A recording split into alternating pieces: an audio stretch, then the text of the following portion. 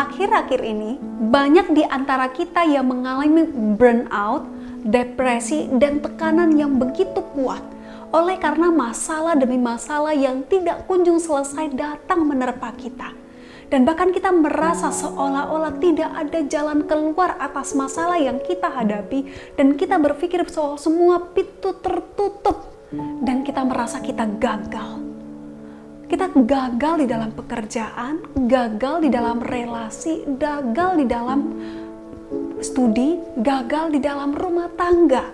Kita merasa hidup kita penuh dengan kegagalan, sehingga hati kita menjadi begitu kecut dan tawar hati. Kita merasa seolah-olah masalah itu selalu datang, dan meskipun kita sudah berusaha mati-matian, tetapi sepertinya usaha kita tidak ada hasilnya dan kita tidak dihargai, dan hal itu membuat kita menjadi tawar hati di dalam menjalani kehidupan ini. Kita merasa bahwa kita begitu kecil dan kita tidak mampu menghadapi masa depan kita. Dan kita memikirkan begitu jauh dan kita begitu takut dan gentar melewati apapun. Oleh karena kita merasa bahwa semuanya begitu gelap dan tertutup. Yosua juga demikian.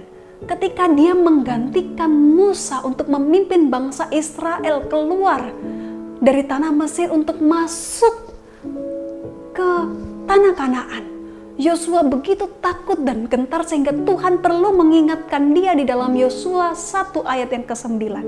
Bukankah telah kuperintahkan kepadamu, kuatkan dan teguhkanlah hatimu, jangan kecut dan tawar hati, sebab Tuhan Allahmu akan menyertai engkau kemanapun engkau pergi. Tuhan berjanji bahwa Tuhan akan menyertai Yosua di dalam dia memimpin bangsa Israel untuk masuk ke tanah Kanaan. Kata kuatkan dan teguhkanlah hatimu, kalau kita membacanya di dalam perikop pasal 1 itu, ada 4 kali kata itu disebutkan, menjadi suatu penekanan kepada Yosua bahwa dia tidak perlu takut dan gentar melewati hal-hal yang terjadi di depan sana, sebab Tuhanlah yang memanggil dia, Tuhan yang memimpin dia melewati semuanya. Begitu juga dengan hidup kita. Ketika Tuhan menempatkan kita di tengah-tengah keluarga kita, pekerjaan kita, relasi kita dengan sesama kita, jangan takut melewati apapun masalah yang kita hadapi. Percayalah bahwa ketika Tuhan menaruh kita di sana, Tuhan juga yang akan memimpin kita. Dan kalau mungkin saat ini kita sedang mengalami begitu banyak hal yang sulit, kita merasa kita gagal, percayalah Tuhan berkata, jangan kecut dan tawar hati. Tuhan menyertai kita kemanapun kita melangkah, apapun yang kita lakukan. Tuhan senantiasa beserta kita. Kuatkan dan teguhkanlah hatimu, jangan kecut dan tawar hati, sebab Tuhan beserta kita. Mari kita berdoa.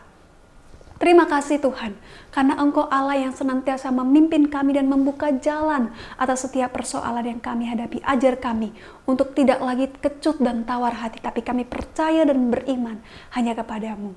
Di dalam nama Tuhan kami, Yesus Kristus, kami berdoa. Amin.